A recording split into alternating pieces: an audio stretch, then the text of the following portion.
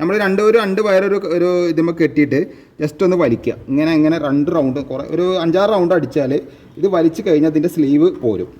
ഇപ്പം നിങ്ങൾക്ക് ഇതിൻ്റെ വയറിൻ്റെ ക്വാളിറ്റി കാണാൻ പറ്റും. ഇതിൽ സ്ലീവോ കാര്യങ്ങളോ ഒന്നും പോയിട്ടില്ല. ഞാനിത് വലിച്ചതൊന്നും എഡിറ്റ് ചെയ്തിട്ടില്ല, ഒരു പ്രശ്നമില്ല. നല്ല ടെമ്പറായിട്ട് ഞാനത് വലിച്ചത് കേട്ടോ ഫ്രണ്ട്സ്. അപ്പോൾ നമ്മളെ ഒരുപാട് ഞാൻ അന്നൊരു വീഡിയോ ചെയ്തിട്ടുണ്ടായിരുന്നു. നമ്മൾ ഈ വയർ വലിക്കുന്ന സമയത്ത് RCCB ട്രിപ്പ് ആവും ശ്രദ്ധിച്ചില്ല എന്നുണ്ടെങ്കിൽ ഒരുപാട് പേര് എൻ്റെ അടുത്ത് കമൻറ്റ് ചെയ്തിട്ടുണ്ടായിരുന്നു, എങ്ങനെയാണ് വയർ വലിക്കുമ്പോൾ ശ്രദ്ധിച്ചില്ലെങ്കിൽ RCCB ട്രിപ്പ് ആവാമെന്ന്.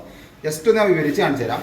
ഞാൻ വയർ വലിക്കുന്ന സമയത്ത് ശ്രദ്ധിക്കണം എന്ന് പറയാൻ കാരണം എന്താ വെച്ച് കഴിഞ്ഞാൽ ഒരിക്കലും ധൃതി പിടിച്ച് വലിക്കരുത്. ധൃതി പിടിച്ച് വലിച്ചു കഴിഞ്ഞാൽ ഈ കാണുന്ന പോലെ ഡാമേജ് വരും. അതെങ്ങനെ വരിക വെച്ച് കഴിഞ്ഞാൽ നമ്മളിപ്പോൾ ഒരു ഉദാഹരണത്തിൽ വയർ വലിക്കുന്ന സമയത്ത് അയ്യോ 2 ലീഡ് ഇടാൻ മറന്നല്ലോ എന്ന് പറയുമ്പോൾ നമ്മൾ ഇടുന്ന സമയത്ത് ഈ വയർ വലിക്കുന്ന സമയത്ത് ബെൻഡ് വരുന്ന ഭാഗത്ത് ഇതേപോലെ സ്ലീവ് പോകാൻ ചാൻസ് ഉണ്ട്. അപ്പോൾ എന്താ വെച്ച് കഴിഞ്ഞാൽ കുറേ കാലം കഴിയുമ്പോൾ RCCB എന്ന് പറഞ്ഞ സാധനം ട്രിപ്പിംഗ് സംഭവിക്കും.